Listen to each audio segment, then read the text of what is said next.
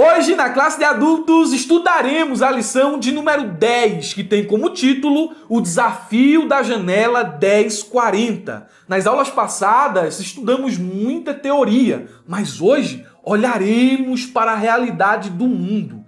Os nossos objetivos são, em primeiro lugar, conceituar a janela 1040. Em segundo lugar, pontuar os principais desafios da janela 1040. E, por fim, elencar estratégias para alcançar países da janela 1040. Afinal de contas, o que é a janela 1040? Aparece no título da lição e em todos os objetivos. Mais à frente, eu vou lhe dar uma definição completa. Porém, por hora, eu quero que você preste atenção, dê uma olhadazinha na sua revista, nessa imagem ilustrativa que aparece na capa da lição de número 10. Você vai entender o porquê do nome janela 1040. Você vai ver aí meio que um retângulo, né? Quando a gente pensa em janela, a gente geralmente pensa em um quadrado, não é? Mas aí vem a expressão 1040 e você vai entender aí por que a expressão 1040, esse retângulo aí. E dentro desse retângulo, dessa imagem ilustrativa,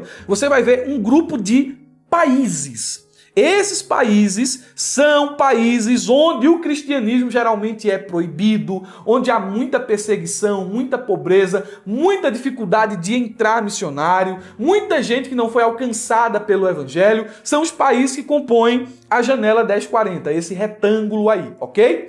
Vamos explicar os pontos e subpontos da nossa lição. Essa é a nossa metodologia e, portanto, começaremos com o nosso texto áureo, que nos diz o seguinte: e desta maneira me esforcei por anunciar o evangelho, não onde Cristo houvera sido nomeado, para não edificar sobre fundamento alheio. Romanos capítulo de número 15 e o versículo de número 20. Eu vou fazer uma comparação de tradução. Eu achei esse versículo fantástico para o tema que estamos estudando. Esse versículo aqui caiu como uma luva, ele foi perfeito. Mas eu quero fazer a leitura na tradução NVI. E eu vou fazer a leitura do versículo 19, a parte B, até o versículo de número 22. É o texto em seu contexto. Olha o que a passagem bíblica diz. Assim, desde Jerusalém e arredores até o Ilírico, proclamei plenamente o evangelho de Cristo. Sempre fiz questão de pregar o evangelho onde Cristo ainda não era conhecido, de forma que não estivesse edificando sobre a alicerce de outro. Mas antes, como está escrito, hão de vê-lo aqueles que não tinham ouvido falar dele, e o entenderão aqueles que não o haviam escutado. É por isso que muitas vezes fui impedido de chegar até vocês. Paulo está escrevendo aos irmãos de Roma e ele está fazendo um sucinto resumo dos 10 anos de trabalho árduo, dos 10 anos de evangelização. Aqui ele inclui as suas 3 viagens missionárias. Então, Paulo está mostrando aqui, em síntese, todo o seu empreendimento missionário aos irmãos de Roma. E esse texto é interessante, porque, comentando ele, William Hendrickson diz que Paulo se considerava um desbravador. Paulo era um desbravador de trilhas para o evangelho, um missionário pioneiro, um plantador de igrejas. Seu chamado era lançar os fundamentos, conforme está escrito em 1 Coríntios capítulo 3, versículo de número 10. Sua vocação era semear e não regar, conforme 1 Coríntios capítulo 3, versículo de número 6. A prioridade do seu apostolado era não passar por onde outros já haviam trabalhado. Não que seja errado, não é? Ou não que ele receasse conflitos com as autoridades das igrejas locais, não. Mas ele entendia que a tarefa era urgente. Se já tem alguém aqui anunciando Cristo nessa cidade, eu vou para outra. A outra não tem ninguém, eu vou para lá. Não, mas aquela cidade ali, Paulo, ninguém quer ir porque o povo lá é difícil. Então eu vou para lá. Eu vou pregar Jesus lá. Essa era um dos muitos princípios que Paulo ele seguia em seu ministério. O versículo tem tudo que ver com o tema da lição, porque a janela 1040 ali há uma composição de países em que a obra missionária é muito carente. Mais ou menos parece que 3% de todos os missionários que estão no mundo atuam dentro da janela 1040.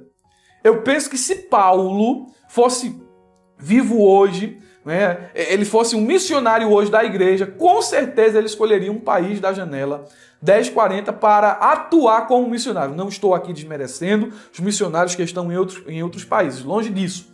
Mas eu estou mostrando a carência que há de missionários dentro da janela 1040 e os princípios que Paulo desenvolvia, que ele seguia em seu ministério a partir do texto que nós lemos. Duas aplicações eu quero fazer aqui dentro do texto áureo. Eu quero que você guarde essas aplicações em seu coração. Primeira aplicação. Hoje em dia, infelizmente, muitos querem apenas se aproveitar dos frutos ou resultados do trabalho de outras pessoas. Não plantam e nem regam, mas querem crédito pelos frutos. Isso é errado. Isso é muito errado. Em segundo lugar, há o perigo real, existe o perigo real de negligenciarmos nossa responsabilidade missionária transcultural devido à prosperidade da igreja local. Às vezes a gente se fecha numa bolha e a gente fica desapercebido ou mesmo indiferente para a realidade do mundo lá fora. A igreja local prosperou, a igreja local tem banco estofado, a igreja local tem ar-condicionado, a igreja local tem muito obreiro, tem muita gente, a gente pode se sentar lá na cadeira zona, não é? E se sentir confortável. Da China, e eu com isso aqui, ó aqui. A Índia, e eu com isso aqui, ó. A Coreia do Norte, e eu com isso, meu filho, ó, eu tenho coisa para se preocupar aqui. Não podemos ser indiferentes, principalmente com as pessoas residentes na janela 1040. Não podemos nos dar por satisfeitos com tudo que a igreja local já conquistou. A igreja local tem que trabalhar, mas ela tem que ter uma visão missionária transcultural. Amém? Entendeu? Vamos para a nossa verdade prática, que nos diz: a janela 1040 coloca diante de nós um dos maiores desafios missionários do mundo. Irmãos, falar de janela 1040 é falar de desafio, de luta, de batalha, de guerra espiritual. Quais são os desafios, ou os principais desafios presentes nestes países que compõem a janela 1040? Primeiro, resistência religiosa. Esses países geralmente são dominados por hinduísmo, islamismo e budismo. São religiões cujos adeptos, e os mais extremistas aqui, principalmente, perseguem, sequestram e matam os cristãos. Em segundo lugar, nós temos a pobreza e a injustiça social. Tem países da janela 1040 que ainda praticam a escravidão. Tem países ditatoriais dentro da janela 1040 em que o povo vive em miséria. O povo não tem aquilo que é mais básico para a existência. Outro problema da janela 1040, falta de recursos e obreiros. Eu coloquei aqui alguns dados, depois você lê no subsídio. Mais um desafio da janela 1040, guerra e instabilidade política. A todo momento, terrorismo, violência, insegurança, revolução, gente querendo subir o poder. É muita incerteza dentro da janela 1040, de muitos países da janela 1040. E eu coloquei aqui mais um desafio que é a opressão espiritual, principalmente nos países da África do Norte. Alguns países ali do continente asiático, meu Deus do céu, é muita opressão espiritual, muita. Então, janela 1040 é desafio. Janela 1040 é batalha espiritual. A introdução da nossa lição diz o seguinte: na lição desta semana, vamos estudar a respeito do maior desafio da evangelização mundial, a janela 1040. E veja que eu vou dar ênfase nisso aqui, do maior desafio, escute, maior desafio da evangelização mundial. A janela 1040, eu já adiantei algo aqui para vocês, não era chamado antigamente cinturão de ferro, cinturão de resistência. Esse termo, ele originou-se com Louis Bush durante a segunda conferência de Lausanne em Manila, em julho de 1989. Desde então, tem sido usado por missiólogos e autoridades eclesiásticas no mundo. É a região onde habita. Esses dados aqui eles são aproximados. É difícil achar um dado, uma estatística correta. Então, você acha que alguém vai dizer 65, 64, outros vão dizer tantos por cento, muda, varia, entendeu? Mas aqui é um dado aproximado, é uma região onde habita 66% da população mundial. Tudo isso, irmão Murilo, tudo, porque Índia e China fazem parte da janela 1040, são os países mais populosos do mundo. E ocupa 33% da área total do planeta, compreendendo aí um aproximado de 63 a 67 países. Os dois maiores países do mundo em número de habitantes encontram-se nessa área, como já disse a vocês, China e Índia. Os dois juntos representam cerca de 33% da população da Terra. Esta região estende-se desde o oeste da África até o leste da Ásia e é comparada a uma janela retangular, estando entre 10 e 40 graus ao norte da linha do Equador. É uma região extremamente carente. E essa carência, essa pobreza espiritual é justamente ali talvez o terreno mais fértil para se pregar o evangelho. O George Peter, ele tem uma frase interessante que machuca, sabe? Ele diz o seguinte: o mundo está preparado para receber o evangelho muito mais do que os cristãos estão preparados para propagá-lo. Meu Deus. Meu Deus. Essa frase é pesada. Você vê que o pessoal hoje não quer janela 1040, né? O pessoal não quer sofrer na igreja local, quando diga assim, sofrer, fazer um sacrifício, homem. Não quer pegar uma cadeira. Se o culto passar 15 minutos do horário, a pessoa já está agoniada, não contribui com nada, não ajuda com nada, é um murmurador. A igreja está, às vezes, climatizada, né? Está friozinho dentro da igreja, ele está bem confortável sentado, e ele ainda reclama, murmura e acha ruim. Imagina se ele tivesse, assim, uma experiência dentro de um país da janela 1040. Imagina se ele fosse em um culto, em cultos que acontecem dentro do cemitério, em cultos que às vezes duram 5 minutos. Não é? Imagina se ele fizesse parte de uma igreja onde o povo é sequestrado, onde o povo é morto, onde muitas vezes o pai vê o filho sendo morto. A gente ia parar de reclamar sobre muita coisa, não é? Não, porque a igreja é longe, 500 metros de casa. Quando tem irmãos, às vezes, dentro do país da janela 1040, né? Que viaja, escute, que viaja 2, 3, 6 horas de barco, atravessando o rio, atravessando locais perigosos para tomar a Santa Ceia, para participar do culto. Nós aqui se encaixamos dentro dessa frase do que disse o George Peter. O mundo está mais preparado para receber o evangelho do que os cristãos para propagá-lo. Nos próximos pontos, conforme destacado pelo comentarista da lição, nós vamos apresentar maneiras pelas quais podemos enfrentar o grande desafio da evangelização mundial.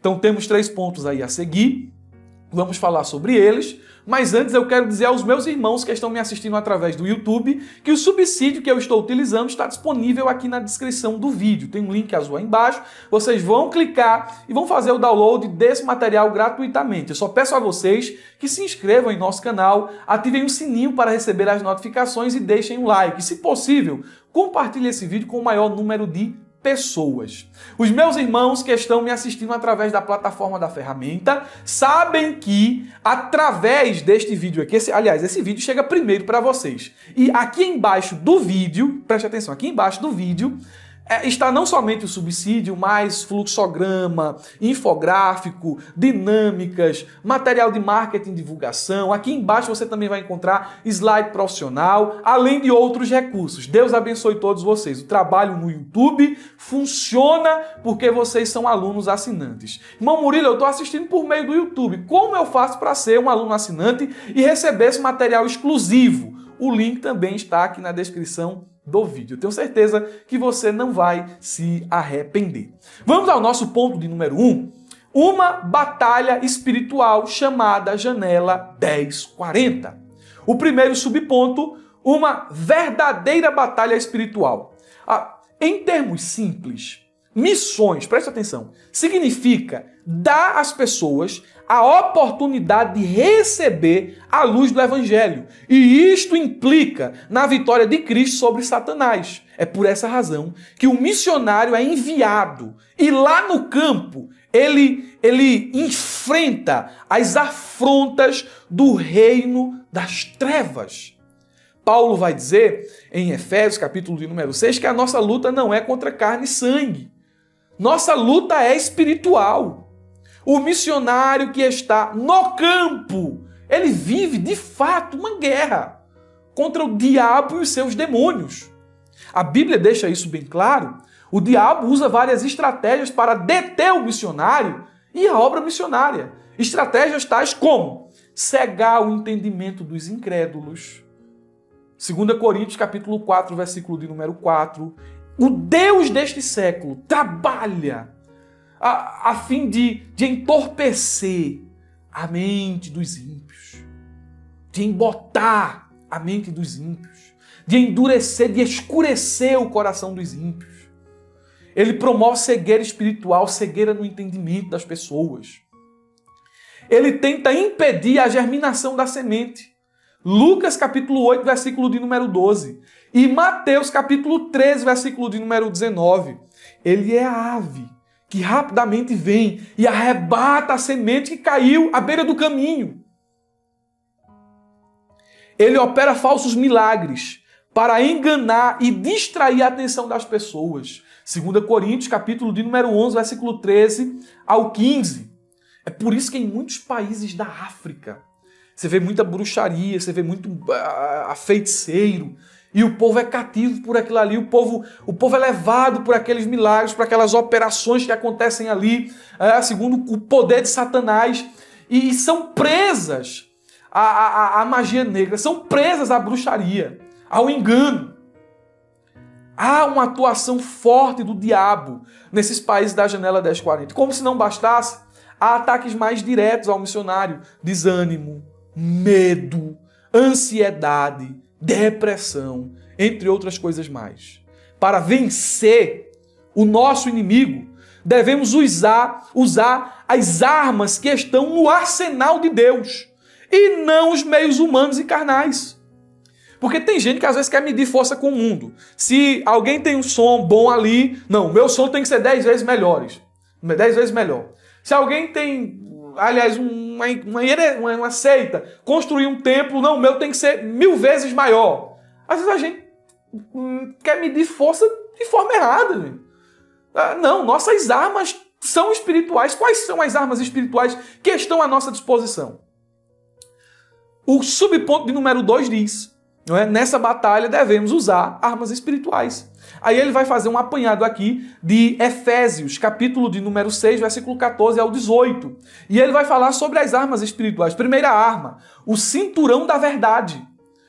Esse cinturão aqui, geralmente, olhando para o escudo, para a armadura do soldado romano, ele era feito de couro. O cinto do soldado era essencial. Ele mantinha a túnica fechada e também sustentava a espada, assegurando-lhe estar desimpedido quando estivesse marchando. Muitos comentaristas, especialmente nos primeiros séculos, entenderam que isso significa a revelação de Deus em Cristo nas Escrituras, pois certamente apenas a verdade pode dissipar as mentiras do diabo e libertar-nos. Outros comentaristas, no entanto, especialmente por falta do artigo definido no grego, preferem entender que Paulo está se referindo à verdade no sentido de integridade.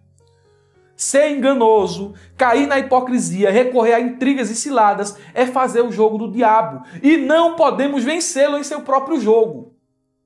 Então o crente precisa andar com a verdade, ser íntegro. Em segundo lugar, nós temos a couraça da justiça. Essa peça da armadura feita de metal cobria o guerreiro do pescoço ao peito, protegia o coração e os órgãos vitais.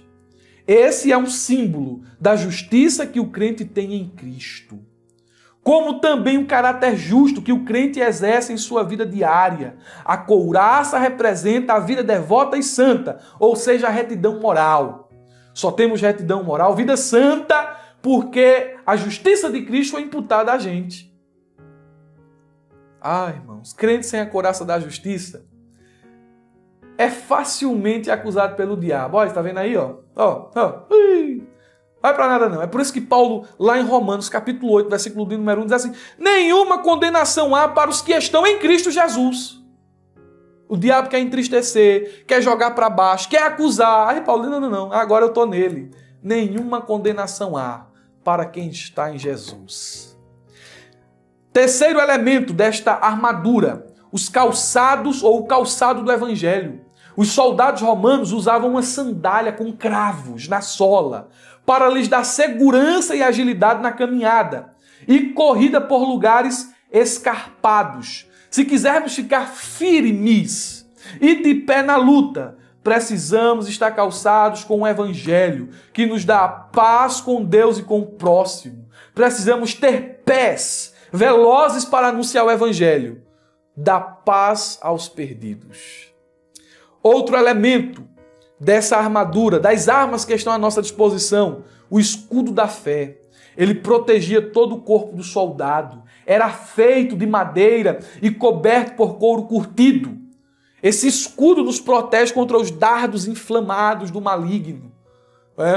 A gente empunha o escudo da fé e somos protegidos contra esses dardos. Tem o capacete da salvação. O capacete do soldado romano, que na lista é uma peça essencial da armadura, geralmente era feito de um metal resistente, como o bronze ou o ferro. Essa peça da armadura fala de uma mente controlada por Deus. E nós temos ainda aí a espada do Espírito, a palavra. Venceremos os ataques do diabo e triunfaremos sobre ele por meio da palavra. É pela palavra que saqueamos o reino das trevas, a casa do valente. É pela palavra que os cativos são libertos. A palavra é poderosa, viva e eficaz. Pedro, ele quis defender a Cristo com a sua espada e fracassou. Mas, quando ele empunhou a espada do Espírito, lá em Atos capítulo de número 2, multidões se renderam ao Senhor. São as armas que estão à nossa disposição. O subponto de número 3 diz: enfrentando a batalha espiritual da janela 1040. A guerra espiritual não é uma ficção. Não é. Tem gente que pensa que é um conto, que é uma historinha. Tem gente que nem considera. Não é uma ficção. O fato de nosso inimigo ser invisível não quer dizer que ele é irreal. Suas ações promovem resultados visíveis, palpáveis e terríveis. Tais como tome como exemplo o que aconteceu na vida de Jó. Você vê, você lê o capítulo 1 ali de Jó, Jó não viu o diabo. Mas com certeza Jó sofreu com as ações do diabo. Você pode ler todo o capítulo ali. Eu não vi o inimigo, mas as ações dele são visíveis, palpáveis. Você pode ainda olhar para o endemoniado de Gadara, a condição que aquele homem vivia. E muitos outros exemplos bíblicos. Para enfrentar esse inimigo e vencê-lo, você vê, enfrentar é uma coisa, outra coisa é vencer. Porque os filhos de Cefas, eles foram lá tentar exorcizar um demônio lá, de repente o demônio diz assim: eu conheço Paulo, conheço Jesus, a quem Paulo prega, eu não sei quem vocês são não. E peia neles. Uma coisa é enfrentar, outra coisa é vencer. Para enfrentar e vencer, não podemos usar armas convencionais. Precisamos de armas espirituais poderosas em Deus para desfazer os sofismas e desbaratar o inimigo. Leia 2 Coríntios capítulo 10, versículo de número 4. Devemos usar as armas poderosas em Deus. Agora, a pergunta é: você está disposto a lutar? Você está disposto a orar? Você está disposto a contribuir? Ou a ir ao campo missionário? Você está disposto a se envolver de alguma forma nesta batalha? Se você estiver envolvido nessa batalha, se prepare para a oposição. Mas não se assuste com o rugido do inimigo. Faça uso das armas que estão à sua disposição. Resista ao diabo e ele vai fugir de você. A obra vai ter resultados. Quem leva a preciosa semente andando e chorando vai voltar, trazendo os seus molhos com alegria. Porque estamos debaixo de uma promessa de frutificação. Você vai semear, vai ter a semente dos espinhos, a semente dos pedregais, vai ter a semente à beira do caminho, mas vai ter a semente no solo fértil. Então semeie, meu filho, semeie, minha filha. Se envolva nesta luta. Segundo ponto, principais desafios da janela 1040. E o autor aqui vai elencar 2. Eu falei aqui sobre os desafios na verdade prática. E aqui a gente vai apenas complementar. O primeiro subponto diz a necessidade humana. O texto da lição está assim. Podemos dizer que na região da janela 1040 se encontra uma amostra das maiores necessidades humanas do mundo. E ele vai focar aqui em uma necessidade humana. Não é? Mas eu queria aqui fazer acréscimos a isso aqui, fazer alguns acréscimos, ampliar o pensamento do comentarista.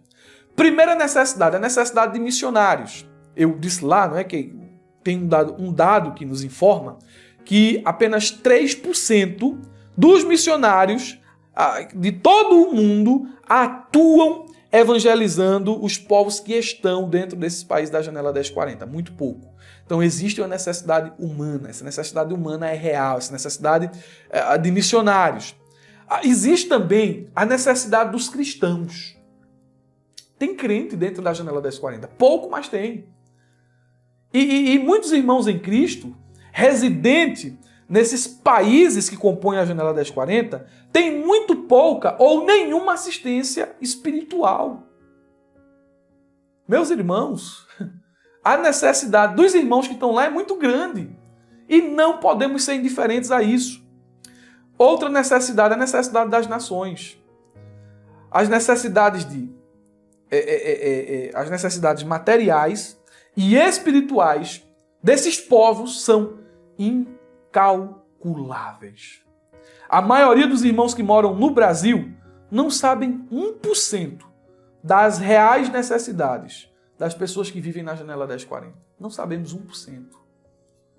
A gente, como eu disse lá, né, a gente vive numa bolha e a gente, às vezes, vê o mundo através da nossa experiência local e nossa visão é limitada. Precisamos acordar. Escute, você quer conhecer muito disso aqui? Eu vou para o subponto 2 aqui, que fala sobre os desafios da perseguição. Você quer conhecer isso aqui? Vá em um site chamado Portas Abertas. É um site de confiança.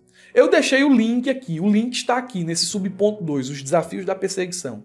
Clique no link, dê uma pesquisada, leia tudo que está dentro desse site Portas Abertas. E você vai conhecer testemunhos, você vai saber realidade de igrejas, você vai saber o que acontece com os crentes lá na Coreia do Norte, na Arábia Saudita, no Sudão, na Argélia. Olha, gente, você vai ver muita coisa aí nesses países, China, Índia, e por aí vai.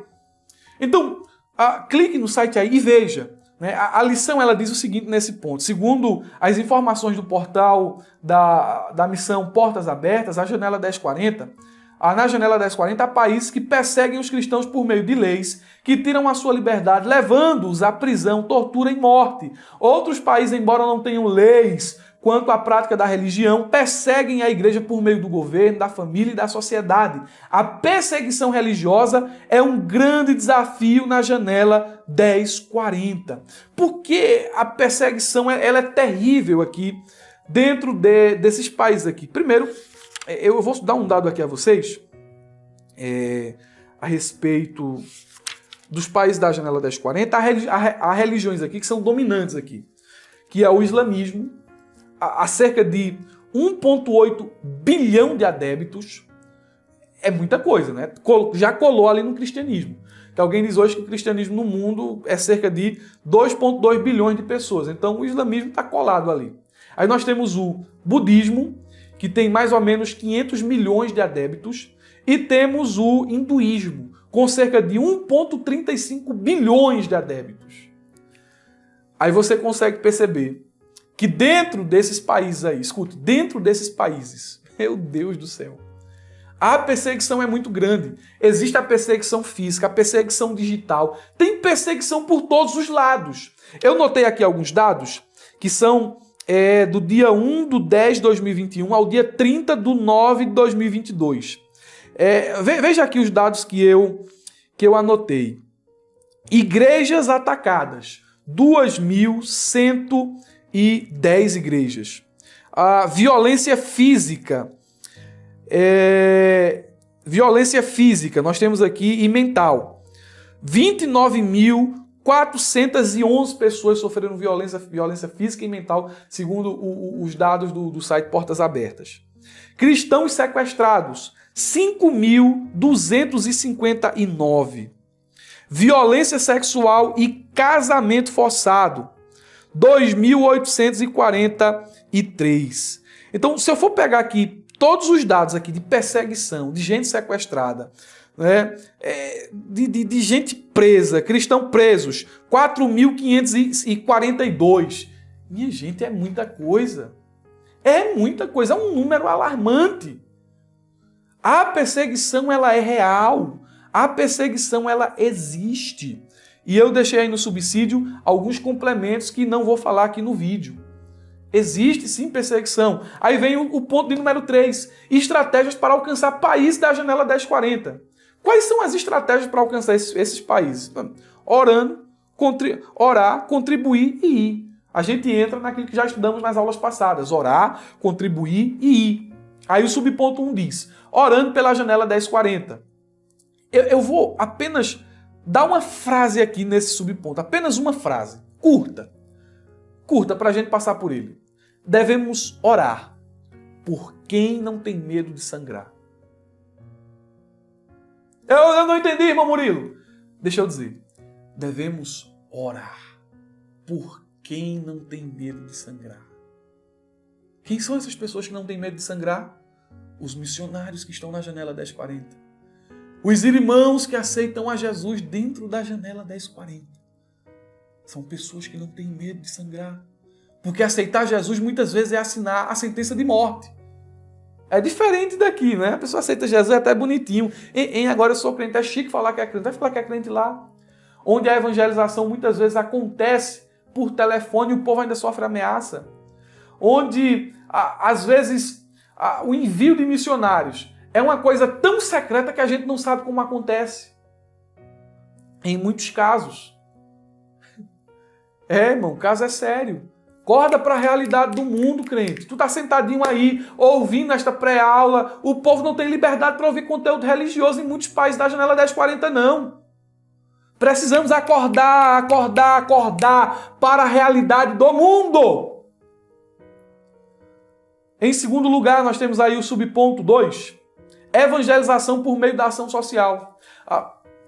Eu tenho assim um coração um pouco fechado, sabe? Com essa questão de sopão, entrega de marmita, dependendo do contexto, né? Porque às vezes a gente vai lá dar comida, a gente de fora e tem irmão necessitado no nosso meio. Então, a ação social, ela tem que ser desenvolvida com muita sabedoria. Até porque também tem gente que agora que vai querer viver às custas da igreja, benefício da igreja. Continuar lá no pecado, continuar lá querendo viver às custas. Não. Tem que ser uma coisa muito pensada. Uma coisa muito organizada. Eu sei que alguém pode me criticar pelo que eu estou dizendo aqui. Não sou contra a ação social. Né? Mas assim, tem que ser uma coisa muito objetiva, uma coisa muito pensada pela liderança, pelos membros da igreja. Ação social. Mas, dentro dos países da janela 1040, a ação social muitas vezes é uma porta aberta para o evangelho poder entrar, já que missionários tradicionais não entram. Como é que se desenvolve a ação social dentro da janela 1040? Oferecendo ajuda médica, odontológica, psicológica, promovendo a educação, a alfabetização, defendendo direitos humanos, a justiça, a paz, a liberdade, apoiando projetos sociais, humanitários e ambientais que visam melhorar a qualidade de vida das pessoas nesse país, a sustentabilidade das populações locais. Então, a ação social ela pode ser um meio eficiente de quebrar muitas barreiras da janela 1040. E a igreja precisa pensar nisso aqui. É uma forma de superar alguns obstáculos, é uma forma de vencer alguns desafios. A ação social. E por último, meus irmãos, nós temos aí o terceiro subponto, a ação médico-missionário. Eu deixei um link aqui, tá aqui o link, www.ogc.org.br. Não pode clicar que não é vírus, viu? Você vai encontrar aqui um projeto fantástico. O MMM, Missão Médica Mundial, ele é um projeto não denominacional, mas aqui no Brasil ele tem total apoio da CGADB. Qual é a ideia desse projeto? É pegar gente que tem vocação missionária e trazer essas pessoas que têm vocação, que têm chamado missionário, para fazer o curso de medicina. Ao passo que ele está fazendo um curso de medicina, ele também está fazendo um curso de missão, um curso de missiologia. Ele está sendo preparado para ser um médico, mas também para ser um missionário. Quando ele termina o curso de missiologia, o curso de medicina, é formado, é diplomado, ele é enviado. Mas no país da Janela 1040, na maioria deles, não entra o pastor, não entra o missionário, mas entra o médico. Porque são países carentes nessa área. Entra o médico. O médico entra como missionário. É um médico missionário, um médico cristão. E são meios de quebrar as barreiras que estão aí à nossa frente nos países da Janela 1040. E esse projeto aqui, você vai ver o pastor falando, pastor Sérgio, pastor Jeremias, uma coisa assim, você vai ver ele falando, que até 2030 eles querem enviar 500 missionários para os países da Janela 1040.